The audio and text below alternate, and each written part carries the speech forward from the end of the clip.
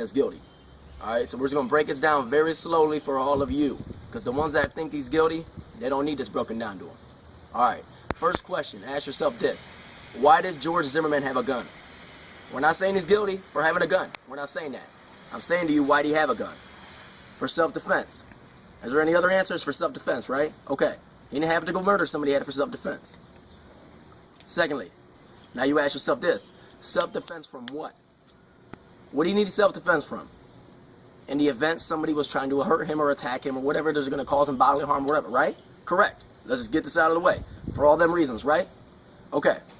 So, when George Zimmerman started following Trayvon Martin, he knew he had that on him.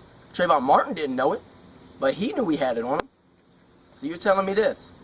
How the hell is it, if he's following him around, that he was able to let Trayvon Martin get his hands on him before pulling out his weapon? You have that there for a reason. He knew he had it there for a reason. So there's only one or two reasons. It would be if Trayvon Martin snuck up on him and George Zimmerman didn't see him coming. But he ain't saying that. That's not his testimony. He's just saying that he walked up on him, they started arguing, and he attacked him. Okay, now let's say this. He saw him coming, so if he had a gun, which he knew about, George Zimmerman put it in his own waist. He knew he had his gun there. It's not like he found it when he was fighting. He knew it was there. So how could have Trayvon Martin have got a hold of Zimmerman before he could get his gun out? Now, had George Zimmerman's testimony been this: I pulled my gun out, Trayvon Martin still attacked me, and then I shot him, there would be no argument. But that's not George Zimmerman's story. His story is Trayvon Martin was kicking his ass, and while he was on top of him, slamming his head into the concrete, he shot him. Let me show you why there's some flaws in that story. Let me show you why, because apparently the prosecution didn't show you. If he knows he has the gun, and he comes up on him, he already assumed Trayvon Martin was a person that was dangerous. Didn't he not already assume that? He assumed he was a thief or whatever he was going to go do. That's why he started following him. So if he assumed that about him, why wouldn't he assume the worst situation? When Trayvon Martin come up on him, he should have automatically assumed it because he already had it in his head. Trayvon Martin's a guilty type of person. So when he seen him coming, he should have been like, look, you didn't even have to pull it out yet. He could have just been like, Trayvon Martin has a right to approach him. You have two choices when someone's following you. You could walk away and run, or you could turn around and say, what's your problem? I'm assuming Trayvon Martin said, what's your problem? Whether he punched him or not, or first or not, it doesn't matter. He still has a right to turn around and see what this dude's following him for. So, Trayvon Martin comes up on him. He knows he has a gun, and he couldn't pull it out to say, look, why are you trying to come after me? He didn't do that. Why? Because he baited Trayvon Martin in. He wanted Trayvon Martin to attack him. So let's go with the story that George Zimmerman's telling the truth. Let's just go with that Trayvon Martin attacked him and they started fighting. Now let's get to the real issue. Let's just go with that. They was fighting. Trayvon Martin just didn't get shot right there rather than in there. It's still murder, and I'm going to show you why it's still murder. When Trayvon Martin and him started fighting, you're telling me that it was George Zimmerman on that 911 call yelling for help? You know why he wasn't yelling for help? You ask your own selves this question. Why did you have a gun in your waist? Why?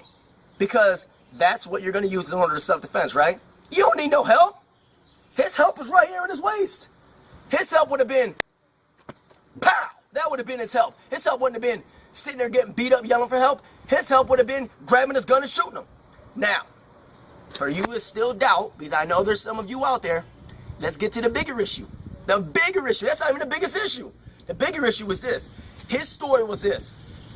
Trayvon Martin was slamming this is in my story. Let's get this through your heads. His story was Trayvon Martin was slamming his head into the ground. All right? He's slamming his head into the ground. Morgan, get over for a minute. I want to talk to you quick. Hurry up. I'm going to show you how he's full of crap by saying that. All right? This isn't true at all. I'm going to show you why. Get over here. Lay on the ground real quick. Lay on the ground right here. Get over there. Look, let me show you something. You hearing the 911 calls? Because I heard them. I'm not making them up. I heard them. The yell for help, in intervals of timing they was yelling for help, was the most consistent of someone just standing still saying, help! Help! Help! That's how it was. Consistent. there was a certain time frame in between each help, like it was someone was yelling off a rhythm. There was a rhythm in how you was yelling help, like help. Then there's a moment of silence, and then help. Now, every single one of them was like that. So unless you're saying this, Trayvon Martin's doing this to him. Bam, bam. Okay, Zimmerman, yell for help. Yell. Okay, you yell. I'm gonna keep doing it. And then he said, okay, let's get it again. Couple more slams in. Now yell for help again, Zimmerman. That ain't how it went down. Now you tell me this. If you getting your head slammed into the concrete, you a grown-ass man, and you sitting there getting your head slammed into the concrete, are you just laying there? Are you just laying there? No, you're going to do a fight back, right? Let's say you're fighting back. Are you yelling for help, but you're fighting back at the top of your lungs? You can't. Your first yell might have been at the top of your lungs. The ones after that would have been, help, get up, get up. That's what it would have been like. If you were a chump, that's what it would have been like. Now, let's go into say I'm still wrong. Let's just say I'm still wrong. And that ain't how it went down. If I'm over top of her, and I'm slamming her head into the concrete, for some odd reason, George's punk ass didn't want to defend himself. He said, I'm going to leave my hands down by my waist, and I'm not even going to defend myself. I'm just going to sit like this. Bam, get my head slammed to the concrete like he's saying with little scratches on his head. That's concrete slams, right? Whatever. So then he reaches down, and he grabs his gun. He didn't even have to cock it. He just pulled the trigger, which means he already had the bullet in the chamber, right? Let's get that out of the way right now, too. So then he shoots him. Shoot me in my chest. Which way am I falling? Which way am I falling? I'm falling straight down on top of George, right? Right? When they found Trayvon Martin's body, he was laying on his arms. On his arms. So you tell me this. If I fall down like this, how was George Zimmerman getting off me? How am I getting off of George Zimmerman? He's throwing me off, okay? He's throwing me off, which means he's not going to screw him off like this. Get off of me, please. He's going to throw him off. Now, okay, let's say I'm still wrong. Let's go with your theory that I'm still wrong. Then ask yourself this last question. It's the most crucial. If he shoots me right here, my momentum of my body's going there. Let's say George is fast as lightning. He scoots out of the way. But right when he shoots him, what can he be faster than? That bullet. When that bullet hits me, where's my blood falling? Onto him and onto that gun. They found not one trace of DNA on that gun. If I'm wrong, you go by and look at all the stuff that they was talking about. There's not one trace of DNA on that gun. How is it I'm over top of him, slamming his head into the concrete? There ain't one trace of DNA on that gun. How? How is that possible? Here's the real story went down. I bet you anything it's what really went down. And George is his punk ass whooped and tortured in order for him to admit this. He went after Trayvon, which he should have never went in the first place. Okay? He goes after him. Trayvon Martin has every right to turn around and ask us to do what he wants. He goes back.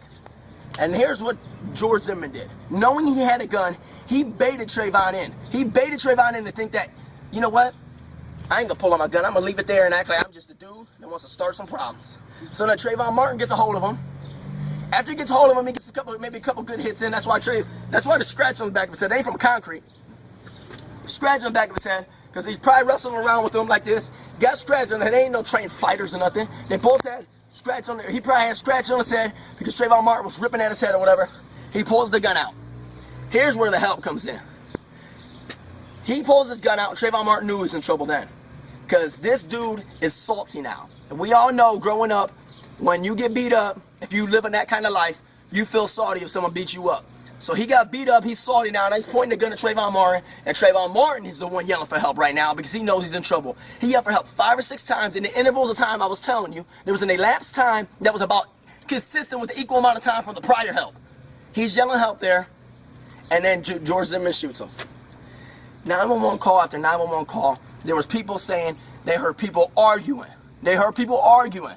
And then a little bit of wrestling, and then they heard people yelling help. So you're telling me, what story do you really believe?